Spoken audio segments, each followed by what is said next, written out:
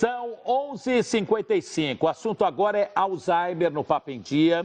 Estima-se no Brasil 1.200.000 pessoas com Alzheimer. O número de pacientes é estimado em 35.600.000 pessoas pelo mundo. Em razão do envelhecimento da população global, esses números vão aumentar de maneira significativa. Em 2030, uma projeção, serão quase 66 milhões de pessoas. E em 2050, aproximadamente 116 milhões de portadores. Sendo, atenção, 2/3 desse número ou dessas pessoas em países em desenvolvimento. Por isso, uma pauta extremamente necessária. Gisele Alves, diga. Isso mesmo, Fati. Para falar sobre isso, a gente trouxe o Dr. Sayeg, que é presidente da Associação Brasileira de Alzheimer e Geriatra. Bem-vindo e muito obrigada, viu? Ex-presidente. Ex-presidente. Aqui tá presidente ainda, mais uma vez presidente, sempre presidente, né? Vamos começar falando o que é o Alzheimer. Na realidade, a população entende Alzheimer como aquela doença do velhinho caduco, aquele velhinho que fala sozinho, o velhinho que já não sabe mais quem é ele, que depende de outras pessoas, né? É um tipo de demência, mas na realidade é uma doença muito bem definida. A população ainda erroneamente diz, vovô tem 80 anos, está esclerosado. E a doença de Alzheimer nada tem a ver com vasos sanguíneos, que remeteriam à ideia de que houvesse um comprometimento vascular, né? Da aterosclerose. Existe um tipo de demência também, que é devido à aterosclerose. Mas a doença de Alzheimer é basicamente a perda, morte de células cerebrais. Tá, por isso que a gente vai perdendo a memória, tudo.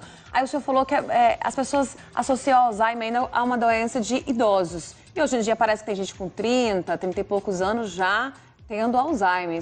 Não é muito comum, mas já tem. Não é que não é muito comum, é muito raro. Ah, é raro. Existe uma paciente no mundo não documentada com 26 anos de idade, mas isso é absolutamente a exceção da exceção da exceção. Então é uma doença mesmo de idosos? Veja, aos 60 anos de idade você tem... As estatísticas variam muito, mas você tem em torno de 3% as pessoas com 60 anos de idade de ter a doença de Alzheimer. Quando chega aos 80, isso que era 3% passa a ser 50%. Entendi. Ou seja, é uma doença idade dependente. Quanto mais idade você tiver, maior vai ser o seu risco. Então você imagina, hoje uma população... Nós temos aí um exército de pessoas com mais de 80 anos de idade, 50% deles portadores dessa terrível enfermidade que hoje em dia é uma verdadeira epidemia. Tá. Para ficar mais fácil, vamos para o mitos e verdades aqui no painel. O senhor vai me acompanhando e vai respondendo se é mito ou se é verdade. Ó, Alzheimer é uma doença genética? Sem mito dúvida nenhuma, verdade? Tem um componente genético. Agora, é importante passar para a população que genético não quer dizer obrigatoriamente hereditário. Tem um fator hereditário também. Filhos de portadores de doença de Alzheimer têm 4 vezes mais chance de ter essa doença. E na realidade existe uma forma muito específica dessa doença, chamada doença de Alzheimer familiar, aonde realmente você pega o pedigree, como a gente chama da família, né, a árvore genealógica, e você encontra muitos portadores. Então é um tipo específico de doença de Alzheimer, mas que, graças a Deus, responde apenas por 5% dos casos. 95% dos casos é em função da idade. Então é mito, né?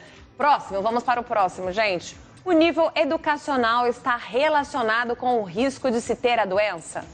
Infelizmente não. O que a gente sabe é que quanto mais escolarizado você é, quanto mais culto você é, maior o seu repertório em termos de você se defender das limitações cognitivas. Então, por exemplo, se não te vem uma palavra na cabeça, Você usa Como você tem um vocabulário grande, você consegue se defender das limitações.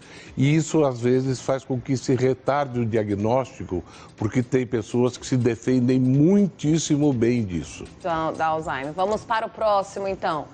Jogos de raciocínio como palavras cruzadas, Sudoku, ajudam a evitar a doença? Não ajudam a evitar a doença, mas fazem parte hoje em dia do tratamento moderno da doença de Alzheimer. Porque é bom que fique claro que a doença de Alzheimer, apesar de não ter cura, ela tem tratamento. E o tratamento se divide em dois grandes pilares, Quais são que é o os tratamentos? farmacológico, o remédio, né, com a orientação do médico, e a reabilitação neuropsicológica. Como funciona essa reabilitação? Basicamente com o neuropsicólogo, treinamento de memória. Vamos deixar assim mais simples para a população. Sim, para todo mundo entender, né? E uma coisa muito importante que tem feito uma diferença muito grande é o uso da musicoterapia. Musicoterapia. Não se sabe por quê, mas eles têm uma afinidade muito grande com essa coisa de ouvir músicas do seu passado, eles lembram a letra e isso ajuda muito quando o terapeuta é bem orientado, no sentido de deixá-lo o que nós chamamos de terapia para a realidade, para que ele não perca a independência. É interessante que quando a gente está grávida, né? Então lá no começo da vida, os médicos falam, coloque música na sua barriga, deixe seu filho escutar música e agora... Música é um dom, sem dúvida Música é nenhuma. tudo, né? Vamos combinar? Vamos para o próximo mitos ou verdades. Mulheres têm mais chance de desenvolver a doença? Sim, parece que sim. Agora, isso é altamente questionável. Agora, por quê? Isso é...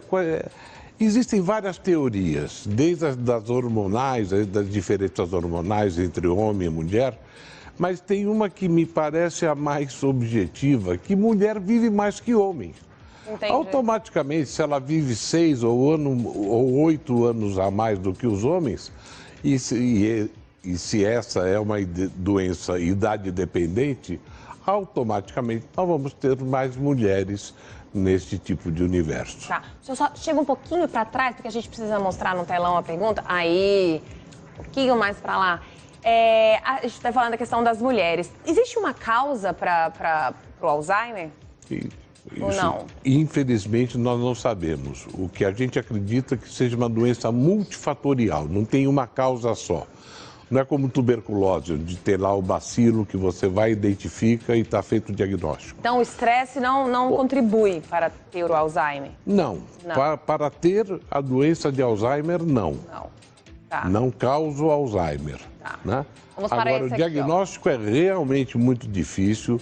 Isso, mesmo médicos com bastante experiência têm muita dificuldade, uma vez que não existe um teste específico que você faça e que identifique a doença. Está lá, Alzheimer positivo, não existe isso. Como que a gente faz para... O diagnóstico de Alzheimer é eminentemente clínico. As pessoas estão assistindo a gente em casa agora, como é que eu faço para saber se a minha mãe, o meu pai, minha avó e o meu avô têm Alzheimer? Tem alguns sintomas, alguns comportamentos que a gente pode entender que ele está tendo Alzheimer? A melhor orientação para a população é não entender que é normal nós termos problema de memória à medida que nós envelhecemos. Não é normal, é comum, mas é tão frequente que as pessoas acabam confundindo esses dois conceitos que não são sinônimos.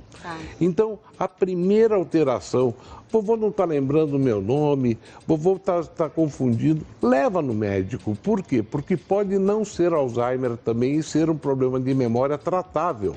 E isso é fundamental. Então, não explique nada pela idade. Não é porque o vovô tem 80 anos que ele está esquecendo. Nada disso. Vamos ao médico porque muito provavelmente nós temos recursos para poder ajudar. Com certeza. Muito obrigada. A gente vai para um rápido intervalo, mas não sai daí que a gente volta já já. Ele volta com a gente? Volta com a gente. O doutor fica com a gente. Um prazer. Obrigada, viu? Obrigado. Sai daí. Papo em Dia está de volta com dicas e falando mais, batendo um papo sobre Alzheimer, não é isso? E com o Dr. Norton Sayegh, que é ex-presidente da Associação Brasileira de Alzheimer e geriatra. Fátima, você tem uma pergunta? Tenho, doutor. Pneumonia é uma consequência do Alzheimer e pode levar a pessoa a óbito? É verdade isso? Infelizmente, uma das principais causas de morte em portadores de Alzheimer são processos infecciosos, especialmente das vias respiratórias, que são as pneumonias. O portador do Alzheimer, ele se torna violento? Sim, pode se tornar muito violento, não apenas verbalmente, mas fisicamente. O tamanho de uma amiga minha foi uma situação assim. Mas tem tratamento. Uma curiosidade saber aqui, que tem tratamento. Cuidadores e familiares também precisam de cuidado para conviverem com a pessoa que tem essa Sem doença? dúvida nenhuma, a informação é fundamental. A pessoa que convive com Alzheimer, cada dia é um dia diferente e cada dia tem uma complicação diferente que você precisa ter uma referência, um apoio para que te possa orientar. E a informação é fundamental no manejo dessa doença. Como que o senhor traduz, ou o que o senhor quer falar e opinar, óbvio, né, em relação a seguinte afirmação que eu ouço muito, e acredito que o senhor também, a própria Gisele, quem está nos vendo pelo Brasil afora, meu pai ou meu avô, enfim, tal pessoa está começando com Alzheimer. Como que o senhor traduz o que o senhor quer falar em relação a essa afirmação de muitos parentes, pessoas que fazem em relação às pessoas mais velhas da família? Eu acho excelente que a comunidade já tem uma percepção maior do que há 20, 30 anos atrás, onde achava que isso era absolutamente normal. Hoje em dia não. Agora, o que precisa complementar acho que está na fase inicial, vamos ao médico confirmar, porque pode não ser Alzheimer. Pode ser o quê? Pode ser pílula para dormir, por exemplo. Pode ser calmante, uso de sedativo. Excessivo, sedativo. Os calmantes, os remédios o tarja preta, normalmente, ele é um hipnótico. O que faz o hipnótico? Ele tira a memória. Então, já é um contrassenso. Tem problema para dormir, mas tem problema para dormir, você dá remédio para dormir e piora a memória. Então, isso precisa ser tratado com muito cuidado. E aí, com base no que o senhor fala, na carona da sua resposta, vem a seguinte pergunta. Há um histórico, há uma comprovação científica, há dados, há números por parte de vocês, geriatras e profissionais da medicina na questão do Alzheimer, de que a maior parte de portadores de Alzheimer vem com histórico de tratamentos, não sei se seria o termo, psiquiátricos, ou para ansiedade, ou para depressão. Há algum dado, algum histórico nisso? Não, Fatioli. Na realidade, o que existe aqui, por exemplo, o que nós sabemos é que a pessoa ia ter Alzheimer de qualquer maneira, porém, ela perde o marido. E casada há muito tempo, já vem de uma união longa. Então isso 30, acelera o 40 processo, no caso? Isso faz o efeito gatilho, acelera o processo, entendeu? Mas não que ela não fosse ter Alzheimer, ela ia ter. Mas infelizmente um trauma muito grande, a perda de um filho, ou até a perda do emprego, a aposentadoria, enfim, coisas que mexem com a nossa emocional, vida. Um abalo emocional, forte. Exatamente isso. Isso desencadeia. Agora, outra coisa, a pessoa que tem a doença de Alzheimer, ela perde peso por isso? Não, absolutamente. Isso é uma outra bobagem que existe, que dizem por aí. Ela perde peso porque ela fica mais agitada, mais agressiva, mais acelerada.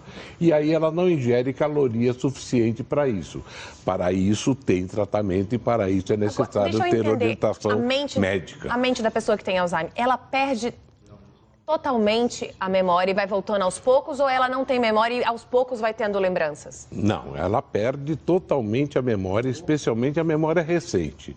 Ela vai lembrar da igreja que casou, do nome até da primeira professora. Mas se perguntar o que ela almoçou ontem, ela não vai lembrar. Ela não vai lembrar. No caso dessa mãe, dessa amiga minha, de minha família, que veio a falecer, fui a um churrasco até na casa dela, daí me apresentaram, você que é o Fatioli, muito prazer, tá bom.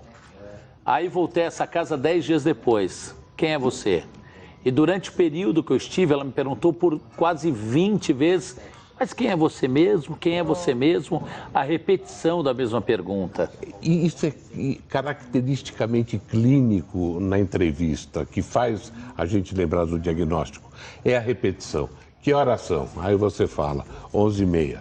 Aí daqui 2 minutos, Que horas são? Você fala. Então, existe até uma técnica para se comunicar com pacientes com Alzheimer, assim, é quase na hora do almoço.